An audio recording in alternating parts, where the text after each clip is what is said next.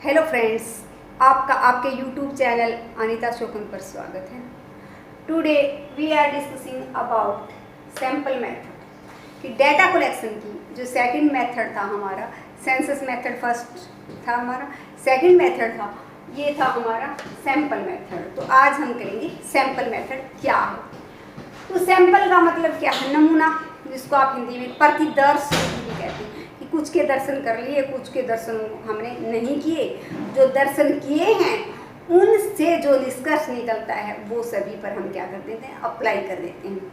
तो समझिएगा कि इसमें हम क्या करते हैं, सैंपल के रूप में कुछ आइटम्स को छांटते हैं, उनका अध्ययन करते हैं, उनसे निष्कर्ष निकालते हैं और जो निष्कर्ष निकलता है वो पूरे समूह पर लागू कर दिया जाता है। कि समग्र का प्रतिनिधित्व करने वाले, समग्र बने सारे का प्रतिनिधित्व करने वाले छोटे समूह से संबंधित आंकड़े कलेक्ट किए जाते हैं, उनसे निष्कर्ष निकाला जाता है और जो निष्कर्ष होता है वो फिर किस पर लागू कर दिया जाता है? समग्र पर लागू कर दिया जाता है। तो हमने कहा समग्र का प्रतिनिधित्व करने वाले, कहने का एक एग्जाम्पल्स लेते हैं। तो ये विधि सबसे ज़्यादा हमारे जो डे टू डे लाइफ है उसमें सबसे ज़्यादा यूज होती है। उदाहरण के रूप हम डॉक्टर के पास गए, डॉक्टर हमारा ब्लड चेक करता है तो वो सैंपल के रूप में क्या है? थोड़ा सा ब्लड हमारा लेता है। ऐसा नहीं कि सारा ब्लड निकालेगा फिर बताएगा कि आपके शरीर में ब्लड कितना है, नहीं, वो जस्ट 1 ड्रॉप लेता है। उसके बाद हमें बता देता है कि हमारे शरीर में ब्लड की मात्रा कितनी है। तो ये सैंपल मेथड हो गया कि थोड़ा सा एक बूंद लिए उसने, उसके हिसाब से बता दिया। तो इसमें क्या है? समग्र का प्रतिनिधि, वो ब्लड की जो बूंद ली वो सारे ब्लड का क्या कर रही थी? प्रतिनिधित्व कर रही थी। कहने का मतलब है कि जहाँ की समस्या है सैंपल क्या छांटने, हमें उसी में से छांटने। ये नहीं है कि हम निष्कर्ष आपके ऊपर लागू कर रहे हैं और ब्लड सैंपल जो लिया है वो आपके पास बैठे हुए आपके पड़ोसी का ले लिया, तो निष्कर्ष क्या होगी? गलत होगी। तो समग्र का प्रतिनिधित्व करने वाली छोटे समूह की कुछ इकाइयों का अध्ययन करके जो निष्कर्ष होता है वो पूरे समग्र पर लागू हम कर देते हैं। तो इसी प्रकार से हम मान लो जानना चाहते हैं कि 11वीं कक्षा की छात्राओं का जेब खर्च कितना है या वो हर रोज कितने रुपए। तो इसके लिए ये नहीं है कि हम 5वीं या 6वीं की छात्राओं का अध्ययन करने लग जाएं, वो निष्कर्ष नहीं। वो उसी के अंदर से वो छात्राएं जो हमने सैंपल के रूप में 20 छात्राएं 11वीं कक्षा में, उसमें से हमें 5 छात्राएं, तो वो 5 छात्राएं हमारी क्या होनी चाहिए? +1 क्लास में से ही होनी चाहिए, तभी तो हम निष्कर्ष निकाल पाएंगे। किसी और क्लास की छात्राएं ले ली तो वो समग्र का प्रतिनिधित्व तो नहीं कर रही। तो ये मेथड है हमारा sample method. Is that method in which data collected about the sample or a group of item taken from the population for examination and conclusions are drawn on their basis। कि उनके हिसाब से क्या निकाले जाते हैं? कंक्लूजन निकाले जाते हैं, निष्कर्ष निकाले जाते हैं। अगर ये विधि हमारी, इसकी सुटेबिलिटी कहाँ पर है, कहाँ पर सूट करती है, कहाँ पर होनी चाहिए? एक तो ये विधि वहाँ पर यूज की जानी चाहिए जहाँ पर हमारा जो इन्वेस्टिगेशन का एरिया है वो बड़ा सा हो, क्योंकि आप वहाँ पर यदि हम सेंसस मेथड यूज करते हैं तो बहुत ज़्यादा मात्रा में कॉस्ट आ जाती है, बहुत ज़्यादा हमारे सामने कठिनाइयाँ होती हैं। ये मेथड ईजी है, आसानी से इसको हम क्या कर सकते हैं? अप्लाई कर सकते हैं और इससे जो कंक्लूजन्स हैं वो निकाल सकते हैं। तो हम कह सकते हैं कि जहाँ पर एरिया बड़ा होता है यहाँ पर ये सूटेबल होता है। फिर ये जहाँ पर हमारी हम कह सकते हैं एक्यूरेसी की ज़्यादा ज़रूरत नहीं है। जिस प्रकार हमने बताया ना कि गेहूँ तोलते हैं तो 1-2 मुट्ठी ज़्यादा डल गई तो कोई विशेष फर्क नहीं पड़ने वाला, तो ये विधि भी वहीं पर है। लेकिन सोना तोल दिया और 1-2 मुट्ठी ज़्यादा डाल दिया तो हम तबाह हो जाएंगे, वहाँ पर इस मेथड का यूज नहीं किया जा सकता। कहने का मतलब जहाँ पर थोड़ी बहुत गलती हो तो वो चल जाए, तो जहाँ पर एक्यूरेसी की मात्रा बहुत ज़्यादा मात्रा में हम कह सकते हैं शुद्धता की जरूरत ना हो।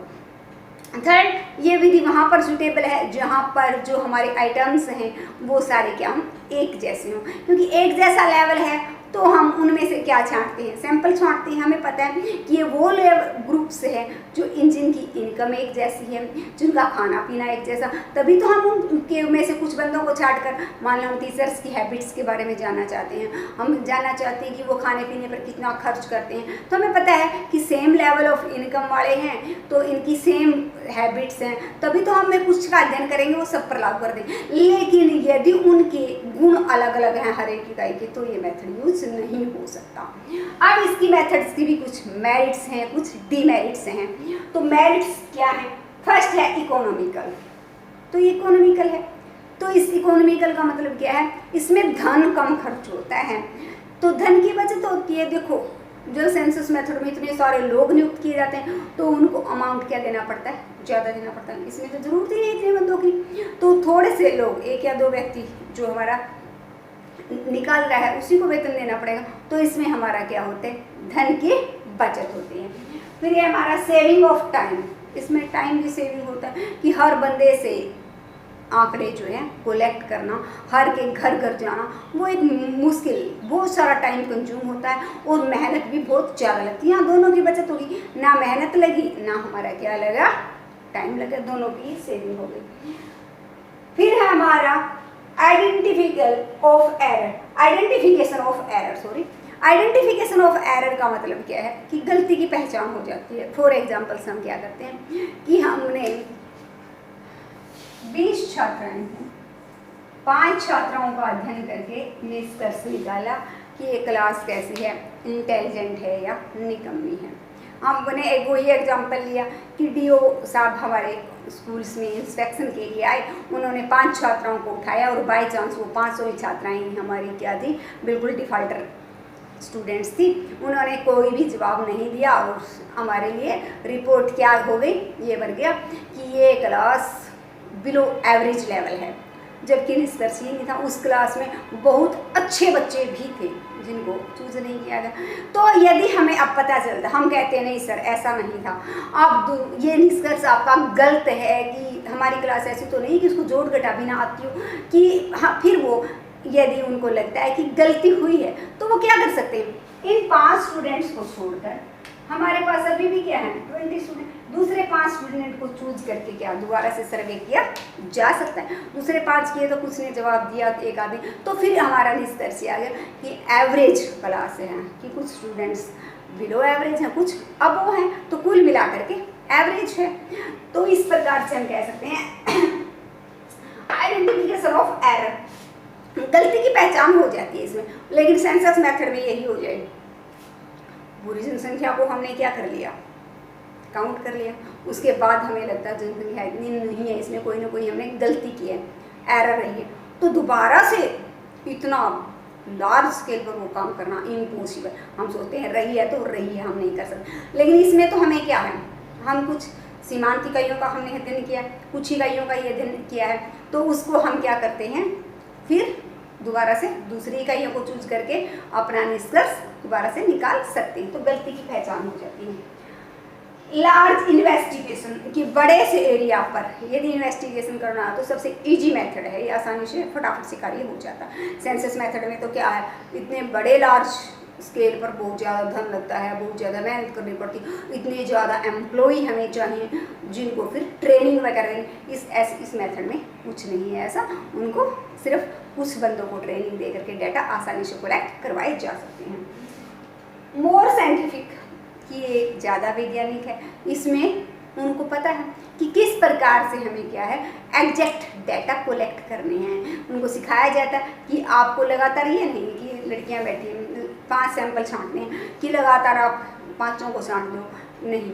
उस समय जिस तरह क्या होता है, कई बार अपने क्लास में देखा है कि टीचर्स क्या है, क्वेश्चन सुनती है तो वो हर रोज़ क्या करती है, 1 पीरियड होता है उसके 45 मिनट्स मैक्सिमम, तो एक साइड से सुनना शुरू करती है, वो 8-7 बच्चों को सुन लेती है, नेक्स्ट क्या हो जाते हैं रिलीफ, उनको पता है यहाँ से सुनना शुरू कर दिया, वो वहाँ तक पहुँचेगी, तब तक बेल लग जाएगी, तुम्हारा पीछा छूट गया। नहीं, ये साइंटिफिक मेथड है। इसमें ये किया जाता है कि हर के बंदे के मन में ये डर रहना चाहिए कि किसी को भी चूज किया जा सकता है, तो बीच बीच में से जो नीचे गर्दन करके बैठा है उसको भी उठाया जा सकता है। तो इसमें साइंटिफिक मेथड है, इसमें हर इकाई के चूज करने के बराबर के अवसर होते हैं। तो इस प्रकार से जो हमारा निष्कर्ष आता है वो एग्जैक्ट आता है। इसके साथ साथ ये हमारा एडमिनिस्ट्रेटिव भी रूप से भी सुटेबल है कि प्रशासनिक रूप से इतने लार्ज कर्मचारी और जो हमारे जिनको सारी विधियों की जानकारी हो, सेंसस के बारे में नॉलेज हो, भाषा उनकी आती हो, रीति रिवाज उनके जानता हो, वो बहुत ही मुश्किल कार्य है। लेकिन कुछ बंदे जो हमारी इस मेथड्स के बारे में उनको ढूंढना कोई मुश्किल बात नहीं है, वो भाषा भी जानते हैं, सारा कुछ रहन सहन भी जानते हैं। तो ये मेथड्स हमारा क्या है, प्रशासनिक रूप से भी हमारे लिए बिल्कुल सूटेबल है। अब हमारी क्या है, डीमेरिट्स हैं। डीमेरिट्स हैं इसमें, एक तो इसमें पार्शियलिटी होती है। पार्शियलिटी हम कह सकते हैं, मान लो मेरा स्कूल है, उसमें ऊपर से क्या जाता है, कोई टूर आता है, गवर्नमेंट कहती है कि 5 लड़कियों को टूर पर भेजो, जबकि क्लास में लड़कियां हैं हमारी 40 में से 5 चूज करने में आंख बंद करके जो मुझे लाइक्स हैं मैं उनको छांट लेती हूँ। सैम्पल मेथड है हमारा वहाँ पर भी कि हमें 40 में से सिर्फ 5 स्टूडेंट्स को निकालना है। तो वहाँ मैंने ये नहीं देखा कि हु इज डिजर्विंग, कि उस कैंप्स के लिए डिजर्व कौन करता है। मुझे पता है कि इस क्लास में किस प्रकार की लड़कियां हैं, मैंने अपनी मर्जी से जिनको मैं लाइक्स करती थी उनके नाम भेज दिए, उनको भेज दिया। तो वहाँ मैंने क्या की, उनके साथ बायस की है। तो इसमें भेदभाव की संभावना बहुत ज़्यादा होती है कि जब हम सैंपल के रूप में इकाइयों को चूज करते हैं तभी हम क्या कर लेते हैं, भेदभाव कर लेते हैं। तो निष्कर्ष क्या होंगे, ऑटोमेटिकली क्या होंगे, हमारे गलत होंगे। फिर है हमारा रॉन्ग कंक्लूजन्स, कि यदि हमने सैंपल ही क्या किया है, रॉन्ग चूज किया है, तो कंक्लूजन क्या होंगे, वो तो अपने आप ऑटोमेटिक है, रॉन्ग होंगे ही होंगे। तो हमने कहा ना कि 5 सैंपल वो छांट लिए जो बिल्कुल ही हमारी कह सकते हैं डल लड़कियां थी। तो कंक्लूजन क्या आया कि क्लास बिलो एवरेज लेवल है। तो इसी प्रकार हम कहते हैं यदि सैंपल हमारा गलत चूज कर लिया जाए तो रिजल्ट भी हमारा क्या आता है, रॉन्ग ही आता है, गलत ही आता है। अब फिर हमारा difficulty in selecting representative sample. Difficulty in selecting representative item, कि जो प्रतिनिधि करने वाले आइटम हैं उनको सेलेक्ट करना बहुत ही मुश्किल कार्य है कि कौन से आइटम्स को लें कि जो क्या करती हो, पूरे का प्रतिनिधित्व तो करती हो। कई बार हम क्या ले लेते हैं, ऐसी आइटम्स को ले लेते हैं कि जो पूरे समग्र का प्रतिनिधित्व तो ही नहीं करती। नहीं, मान लो हम स्टील कंपनी का की इन्वेस्टिगेट करना चाहते हैं, लेकिन हमने क्या किया, बहुत सारी स्टील कंपनी को चूज करें, लेकिन Tata iron and steel company को जब तक हमने इंक्लूड नहीं किया तब तक उस इन्वेस्टिगेशन का कोई भी मतलब नहीं है, क्योंकि सारी मिलकर इतना प्रोडक्शन करती है, इतना प्रोडक्शन वो अकेली कर देती है।